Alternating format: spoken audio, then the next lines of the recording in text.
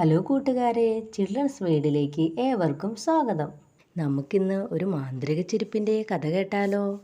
പണ്ട് ജപ്പാനിൽ സിൻഡ്രിയ എന്നൊരു മിടുക്കി പെൺകുട്ടി ഉണ്ടായിരുന്നു. അവളൊരു പാവമായിരുന്നു. അവളും അമ്മയും കുടിലിലാണ് താമസം. അങ്ങനെയിരിക്കെ ഒരു ദിവസം സിൻഡ്രിയയുടെ അമ്മയ്ക്ക് കലശലായ പനി വന്നു കിടപ്പിലായി. അവൾ അമ്മയുടെ അടുത്തെത്തി. അമ്മ പറഞ്ഞു, "എനിക്ക് വയ്യ മോളെ." അമ്മയെ അവൾ തൊട്ടുനോക്കി. അയ്യോ, നല്ല പൊള്ളുന്ന പനിയാണല്ലോ. അമ്മയ്ക്ക് മരുന്ന് വാങ്ങാൻ അമ്മാവനോട് കാശ് കടം ചോദിക്കാം, സിൻഡ്രിയ പറഞ്ഞു. സിൻഡ്രിയയുടെ അമ്മാവൻ ആ നാട്ടിലെ ഒരു വലിയ ധനികനായിരുന്നു. എന്നാൽ അറുത്ത കൈക്ക് ഉപ്പ് തേക്കാത്ത ഒരു പിശുക്കനും കൂടിയായിരുന്നു അയാൾ. കാശ് കടം ചോദിച്ച സിൻഡ്രിയയോട് അമ്മാവൻ പറഞ്ഞു, "കടന്നു പൊയ്ക്കോ ഇവിടെ നിന്ന്, ഒരു ചില്ലി കാശ് പോലും തരില്ല." നിരാശയോടെ സിൻഡ്രിയ അവിടെ നിന്നും മടങ്ങി. അങ്ങനെ വരുന്ന വഴി ക്ഷീണിച്ചവശയായ അവൾ ഒരു മരത്തണലിൽ കിടന്നു. അവൾ അവിടെ കിടന്ന് ഉറങ്ങിപ്പോയി. ഉറക്കത്തിൽ അവളൊരു സ്വപ്നം കണ്ടു.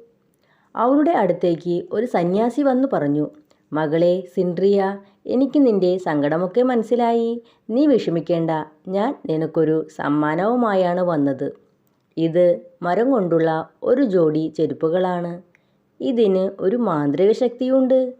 ഇത് ധരിച്ച് ഓരോ തവണ ചാടുമ്പോഴും ഓരോ സ്വർണ്ണനാണയം ലഭിക്കും. എന്നാൽ ഒരു പ്രശ്നം കൂടിയുണ്ട്. ഓരോ തവണ ചാടുമ്പോഴും ചാടുന്ന ആളുടെ ശരീരം ഒന്ന് ചെറുതാകും. അല്പം വിശ്രമിച്ചാൽ മാത്രമേ ശരീരം പഴയപടി ആവുകയുള്ളൂ. അതിനാൽ ഒരുപാട് തവണ ഒരുമിച്ച് ചാടാതിരിക്കാൻ പ്രത്യേകം ശ്രദ്ധിക്കണം." ഇത്രയും പറഞ്ഞ് സന്യാസി അപ്രത്യക്ഷനായി. പെട്ടെന്ന് സിൻഡ്രിയ ഉറക്കത്തിൽ നിന്ന് ഞെട്ടിയുണർന്നു. "ഞാനിപ്പോൾ ആരോടാ സംസാരിച്ചത്? ഞാൻ സ്വപ്നം കണ്ടതാണോ?" അവൾ ഓർത്തു. അപ്പോഴതാ മരച്ചുവട്ടിൽ ഒരു ജോഡി ചെരുപ്പിരിക്കുന്നു. അവൾ ആ ചെരുപ്പിട്ട് ഒന്ന് ചാടി നോക്കി. അപ്പോൾ അതാ ചെരുപ്പിൽ നിന്ന് ഒരു സ്വർണ്ണനാണയം വരുന്നു. അവൾക്ക് സന്തോഷമായി. അവൾ സന്യാസി പറഞ്ഞതുപോലെ ആ മാന്ത്രിക ചെരുപ്പ് ഉപയോഗിച്ചു. അതോടെ അവളുടെ കഷ്ടപ്പാടെല്ലാം മാറി. അങ്ങനെ ദിവസങ്ങൾക്ക് ശേഷം സിൻഡ്രിയയ്ക്ക് മാന്ത്രിക ചെരുപ്പ് കിട്ടിയ കഥ നാട്ടിൽ പാട്ടായി. ഇതവളുടെ അമ്മാവൻ്റെ ചെവിയിലും എത്തി. അമ്മാവൻ വിചാരിച്ചു, എത്രയും പെട്ടെന്ന് ആ ചെരുപ്പുകൾ സ്വന്തമാക്കണം. എനിക്ക് ഈ ലോകത്തിലെ ഏറ്റവും വലിയ ധനികനാകണം. എന്നിട്ട് അയാൾ സ്നേഹം നടിച്ച് സിൻഡ്രിയയുടെ വീട്ടിലെത്തി.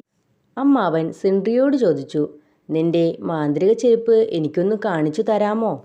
സിൻഡ്രിയ പറഞ്ഞു, "അതിനെന്താ, കാണിച്ചു തരാമല്ലോ." എന്നിട്ട് വേഗം പോയി തൻ്റെ ചെരുപ്പുകൾ കൊണ്ടുവന്ന് അമ്മാവനെ കാണിച്ചു. ചെരുപ്പുകൾ കണ്ടതും അമ്മാവൻ്റെ വിധം മാറി. അമ്മാവൻ പറഞ്ഞു, "എനിക്കിത് വേണം, ഞാനിത് കൊണ്ടുപോകും."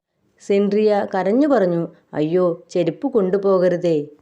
ഇതൊന്നും അമ്മാവൻ കേട്ട ഭാവം പോലും നടിച്ചില്ല. അങ്ങനെ അയാൾ വീട്ടിലെത്തി ചെരുപ്പിട്ട് ചാടാൻ തുടങ്ങി. അതാ വീഴുന്നു സ്വർണ്ണനാണയങ്ങൾ. അത്യാഗ്രഹിയായ അയാൾ മാന്ത്രിക ചെരുപ്പിട്ട് നിർത്താതെ ചാടിക്കൊണ്ടിരുന്നു. സ്വർണ്ണനാണയങ്ങൾ മുറ്റത്ത് കുമിഞ്ഞുകൂടി.